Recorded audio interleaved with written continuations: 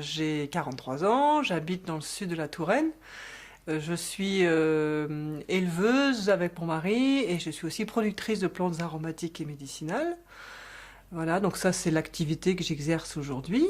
Après mon parcours il est très varié, donc depuis 2095 je travaille, donc je suis avant tout à la base fonctionnaire territorial, c'est-à-dire que je travaille dans les communes, dans les syndicats intercommunaux, j'étais sur des postes de direction, donc directrice ou directrice adjointe jusqu'en 2004, lorsque mon mari a décidé de devenir éleveur caprin et fromager.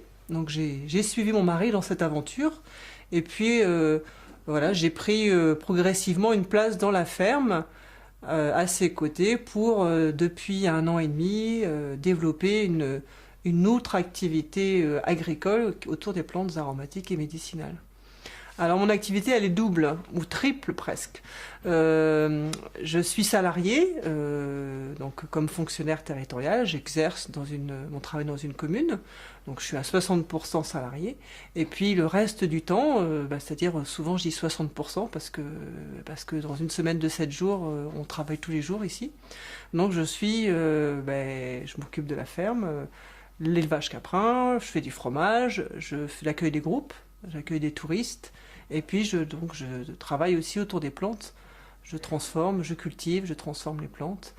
Donc voilà, j'ai beaucoup d'activités. Quand on est citadin, quand on a un bon poste comme j'avais et une carrière toute tracée dans la fonction publique territoriale, de travailler dans des grosses collectivités comme la ville de Tours par exemple, c'était un petit peu ce qu'aurait dû être ma carrière. Mais c'est pas ce qui s'est passé. Voilà, je suis commencé tout de suite sur un poste de direction, mes premiers postes quand j'avais 23 ans, mais aujourd'hui j'ai 43 ans et c'est pas la voie que j'ai choisie, c'est la voie que on a choisie avec mon mari, c'est d'arrêter d'être sur des postes de direction, dans des grosses structures, d'être en charge de tout, mais de s'occuper de sa propre entreprise en devenant paysan. Donc c'est de quitter un confort, parce que quand on est fonctionnaire, on est payé tous les mois.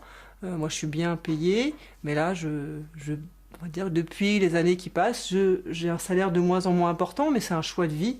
Quand on est une femme dans le milieu agricole, c'est encore plus difficile. Quand on n'a pas des grands-parents paysans, quand on n'est pas de formation agricole, moi, j'ai pas du tout suivi de formation, donc j'ai tout appris sur le tas. Mon mari a fait une formation agricole, mais moi, j'apprends. Voilà, je suis là et j'écoute et je transforme, je fais sans avoir suivi de formation. Donc ça, c'est aussi un challenge de tous les jours. Alors les objectifs de développement, les perspectives de développement, ils sont doubles. C'est pour ça que moi j'avais envie de présenter mon projet au trophée. C'était de dire, moi mon objectif c'est de trouver ma place en tant que femme dans la ferme et de trouver un moyen de me rémunérer, d'avoir une rémunération, un salaire pour mon travail, pas juste travailler sans que la famille puisse en vivre.